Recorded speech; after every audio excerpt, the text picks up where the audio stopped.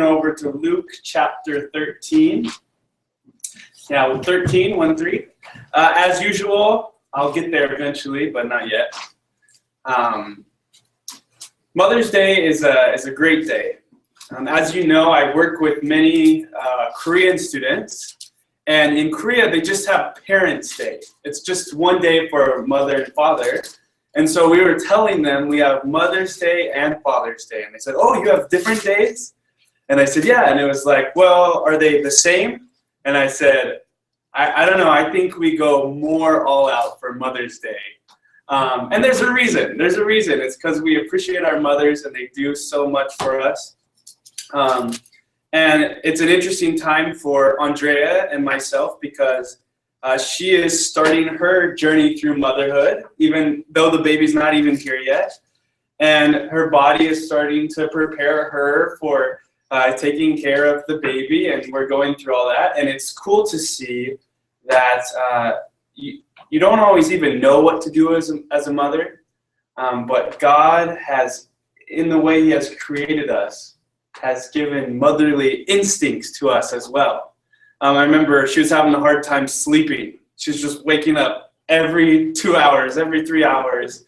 And we're talking to our doctor, and it's like, well, your body's preparing yourself because that's what you're going to have to do pretty soon is wake up every 2 and 3 hours. And I just thought, man, that's so cool. There's just part of us, especially part of women, that just have that motherly instinct. That part of God that is the mother aspect. And He didn't just give it to women. He gave it to all of His creation, right? We have all these examples of mothers. And so I brought another book with me today. It's called Amazing Moms. And it's little stories from the animal kingdom about mothers and how they do incredible things for their young. You know, God has given all of His creation this sort of instinct to raise their children. So I just want to look at a couple examples. It's kind of a fun little book. So the first one we'll look at is donkeys. So I'll show you guys. We have this picture of donkeys. It says, donkeys are herd animals and can even hear the call of another donkey up to 60 miles away. Specifically, they're also talking about mothers and their young. 60 miles away. It's pretty good ears. All right, let's take a couple more.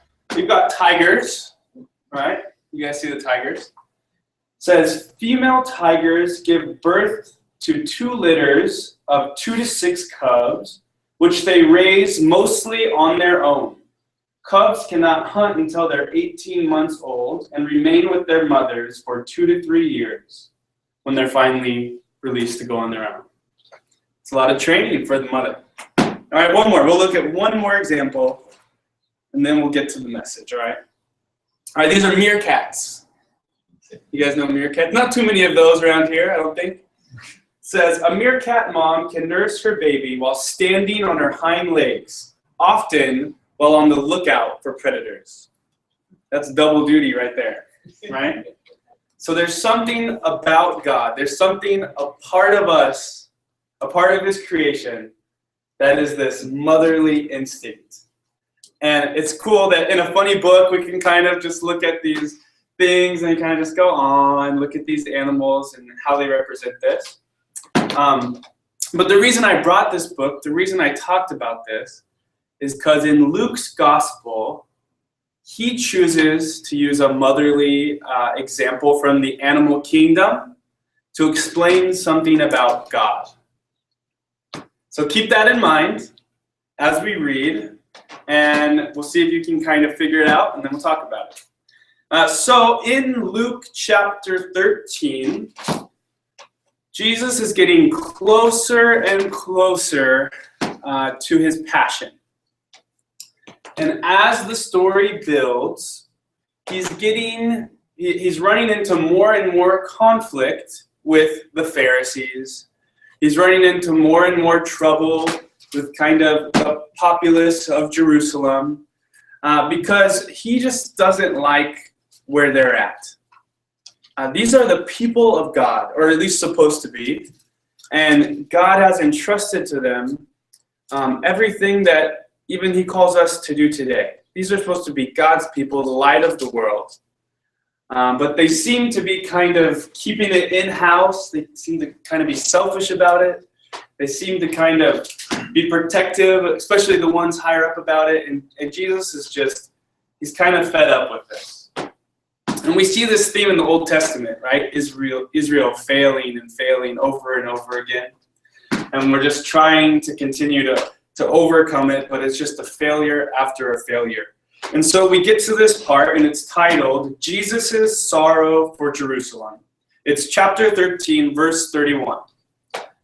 He's just had this conversation about how if you want to be first, you should be last, and if you're last, then you're going to be first. And he's saying this because too many people are letting their egos get in the way. They want God's promises all for themselves. So he comes to this in verse 31, Luke 13:31. At that time, some Pharisees came to Jesus and said to him, "Leave this place and go somewhere else. Herod wants to kill you." He replied, "Go tell that fox." Wow, Jesus is insulting someone here. Just want to point that out. "Go tell that fox, I will drive out demons and heal people today and tomorrow. And on the third day, I will reach my goal. In any case, I must keep going today and tomorrow and the next day, for surely no prophet can die outside Jerusalem. O Jerusalem, Jerusalem, you who kill the prophets and stone those sent to you. How often I have longed to gather your children together as a hen gathers her chicks under her wings, but you were not willing. Look, your house is left to you desolate. I tell you, you will not see me again until you say, 'Blessed is he who comes in the name of the Lord.'" So I hope you caught our little motherly example in there. He talks about a hen and its chickens. And if you've never heard this before, what we've learned from farmers and people who raise chickens is sometimes there happens to be a fire. The barn catches on fire, the chicken coop catches on fire, and they've actually found kind of this skeleton of a hen who what she did was gathered all her chicklets and covered them and sacrificed herself so that their life could be preserved.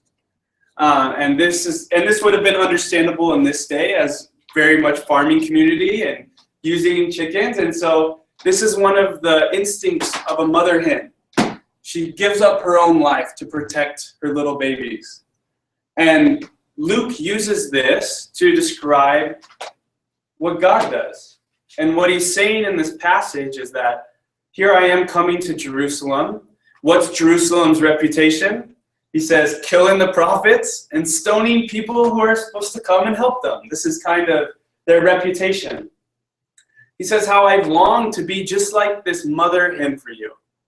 I've longed to do the same thing, to come around you as I see nothing but destruction, trying to protect you so that you can have life, and yet it's all for naught, basically. I keep trying to protect you. I keep trying to keep you safe, but you're just getting in your own way. That's the real heart of this problem in this passage. As he says, Jerusalem, I'm your God. Or Luke's pointing out that, Jesus is God. He's pointing out that he's come to protect them, but you just keep getting in your own way. You keep becoming your own stumbling block.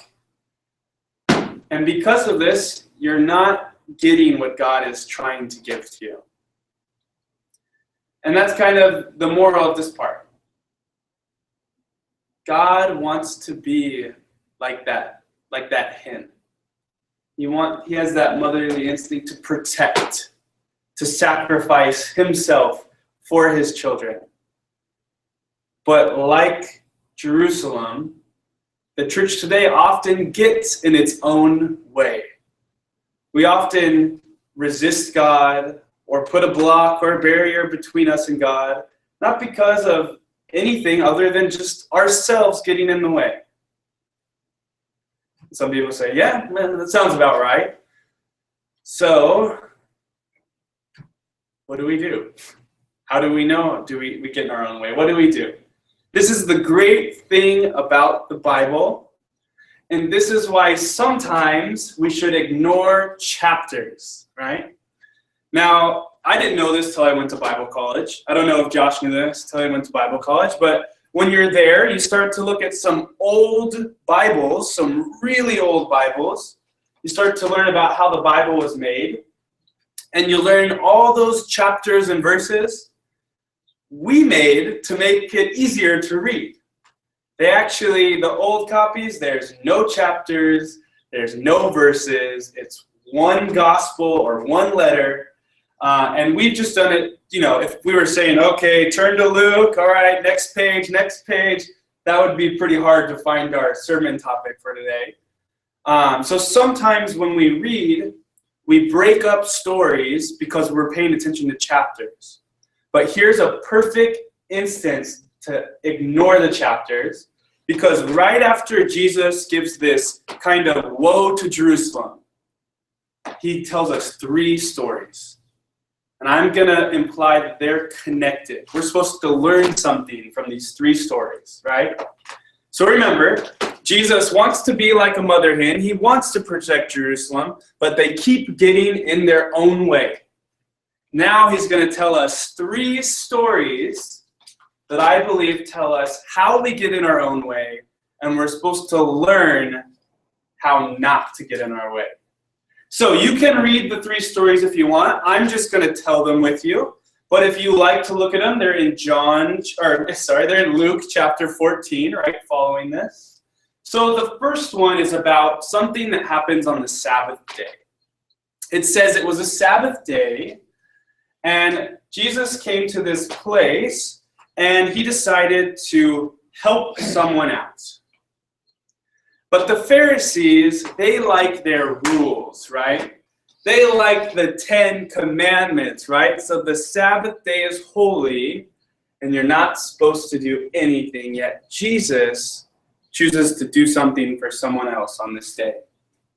Now, the Pharisees are kind of upset, and they kind of point this out.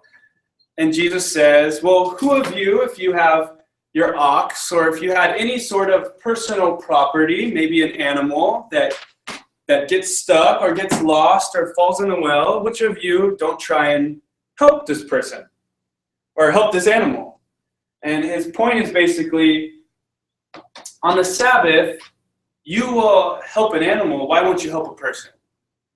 And at the heart of the story, it's don't let legalism get in the way of helping someone else out. I think sometimes we can use it as an excuse. I know sometimes people use the example of you're going to church, but someone maybe you run into needs help with something. Maybe they're broke down on the freeway with their car or something of this equivalent type of situation, and you think, well, I could help them, but I got to go to church, right? If I don't make it to church, then that's just not going to be pleasing to God. Now, we do want to go to church. I'm not saying don't go to church. But I think part of this story is it's not just the rules and the laws and the looking like you're doing everything right. At the core, it's helping others and treating others like you would want to be treated. So don't let legalism get in the way of helping others. That's part of this getting in our own way. All right?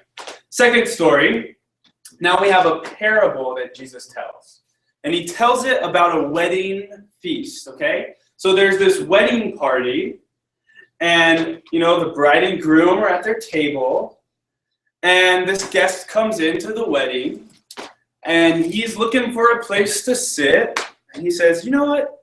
Me and the groom, we went to college together, right? We were boys, right? We were best friends, so I'm just going to come sit right next to the groom right here. This is a good seat. I can sit right next to him. And Jesus said in this situation, if you take the best seat in the house and you're asked to be removed from the best seat in the house, like, oh, I'm sorry, this isn't your seat. You're sitting on the back table, back here in the corner. Jesus says, this situation is embarrassing. He says, instead, be the guest who comes in, who says, I'm going to sit at the back seat on the table, and then is asked, what are you doing in the back? Come on, come take this seat of honor. And the point of this story is that sometimes we get in our own way because we think we deserve something more than we do, or we think of ourselves a little higher than we ought to. Right? It's not that we should just take the last seat because we know we're going to get moved up to the front seat. It's we should take the last seat because we're okay with that. We're okay with just being at the party. We don't have to be first in line. We don't have to be right hand. Our ego and our pride don't have to be seen and witnessed by all the people in the room. Just be happy to be there. And another way we get in our own way is we think we're entitled or we're worried about our ego. Another story. All right, there's one more story that happens, and it also takes place at a wedding. Now, the wedding is the best part, but as I can tell you, invitations are so difficult, and I'm so glad I get to throw it back now. Josh and Sarah will be experiencing this very soon. Making a guest list, it was one of the hardest parts. And that's what this man is doing. He's making a guest list, and he's inviting all these people, but all of his friends have excuses. All of them. I'm sorry, I'm busy. I'm sorry, I had this work matter to take care of. I'm sorry, I had these plans with my family already. And because all of them can't make it, he says, you know what? Never mind. I'm going to invite everyone else. And there's a lot of messages in this parable that Jesus tells. But I think the message for the people who are in the church is sometimes we just make excuses.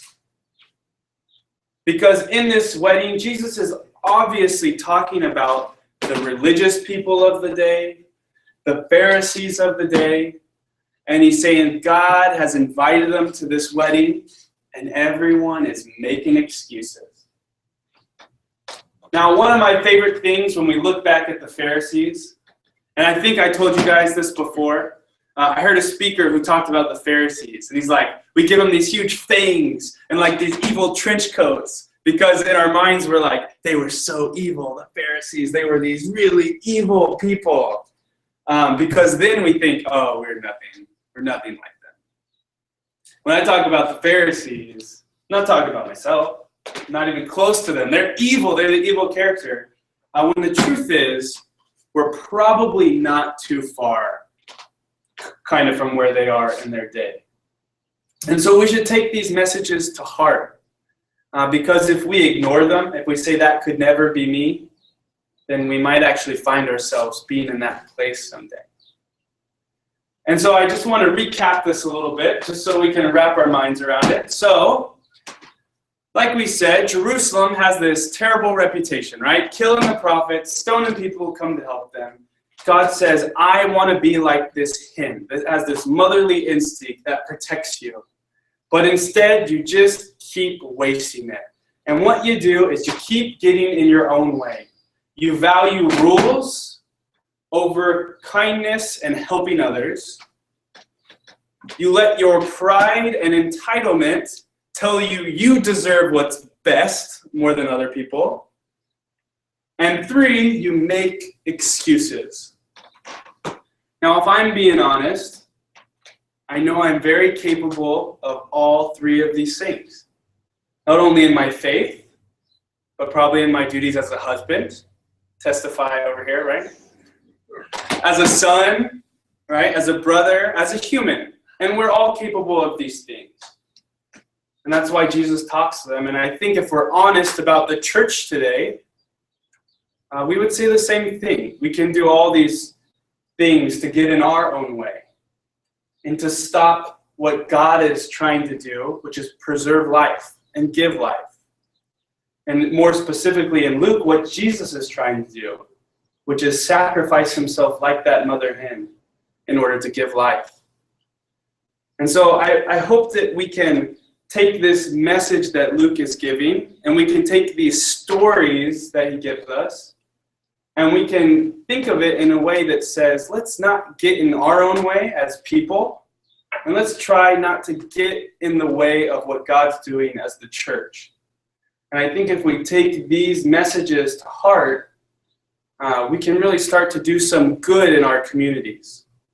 Now, there's good news with these messages, right? Because we hear these different stories, and maybe we can even identify with some of those issues and say, oh man, maybe one of them stands out more for me than another one, or maybe two of them, or maybe you can tell different times. But one of the greatest things that God has given us is grace. And I remember as Josh was preaching last week, he said something that I had just been thinking about as I knew this last sermon was coming, which he talked about how much forgiveness we get as children. We consider forgiveness to be such a like bad thing in society sometimes. Like at your work, you have a short line or somewhere. But when you're children, you get so much forgiveness. And I think mothers are such a great example of forgiveness because they forgive a lot of things. We were joking in my family recently that I bought a car from my grandmother, and my mom did a lot of work to make this happen. And I got a lot of great use out of it. But we decided that we weren't using two cars a lot, and it would help us kind of pay the bills and make it. And then as the move came, we knew that was kind of a good decision for us. And so I kind of was like hesitant. I didn't really want to talk to my mom about this because I was like, man, she did a lot of work getting that car for me. I think she might be upset. And then she was talking to my sister about it, and my sister was, when are you going to tell Mom about the car? And I'm like, oh, I know, I'm going to tell her sometime. And then my mom just kept asking Taylor these things about the car. And she's like, I can't hide this anymore. I'm like, tell her. And she's like, Mom, Christian sold Grandma's car. That's okay. And then I talked to my mom later, and she said, I'm kind of upset. And I'm like, oh no, here we go. And she said, I don't care about the car. She's like, but I'm upset you didn't talk to me about it. So that could have been okay. I want you to be able to talk to me. And it seems like that's always the case. My mom's always willing to forgive me. I just never think she is, even though it continues to be the pattern through history. So I avoid something or I don't talk about it. And then in the end, I always remember that she is forgiving. And so the great thing about our Christian life, about our journey is if we had to be exact, if we didn't have grace, it would be pretty hard to overcome these obstacles we get in the way of. It'd be pretty hard to never think of myself first or think that I deserve better than what I have. It'd be pretty hard to not make excuses. It'd be pretty hard to not always use rules as a means to kind of justify maybe some actions that I choose. But the great thing is that God does give us grace. And so what it becomes about is a willingness to be humble, a willingness to admit wrongdoing, and a willingness to change, even if it's slow change over time. But I think from that lesson of that hymn, we get this beautiful picture of what God does in our lives. And from our interactions with our own mothers or mothers we know, we also get another beautiful picture of God, which is that grace and that forgiveness. And I hope paired with Luke's gospel, these stories and these acts of mothers, I hope we can put them together. And as the church, we can move forward and we can grow, because that's really what it's all about, is growing and learning how to bring God's kingdom. And he gives us all the instruction we need right here. Will you pray with me? Dear Lord, thank you so much for mothers who are great examples to us. Thank you so much for, as we saw in this book, animal mothers who show us this part of your creation that have this piece of you that is protective, that is nurturing, that is disciplinary, and all of it is out of some sort of selfless love. I pray that we would, one, appreciate that today, and that we would also be inspired by it. I pray that we would use everything that we learn for your church to move forward, to bring your kingdom in. We pray this all in your name. Amen.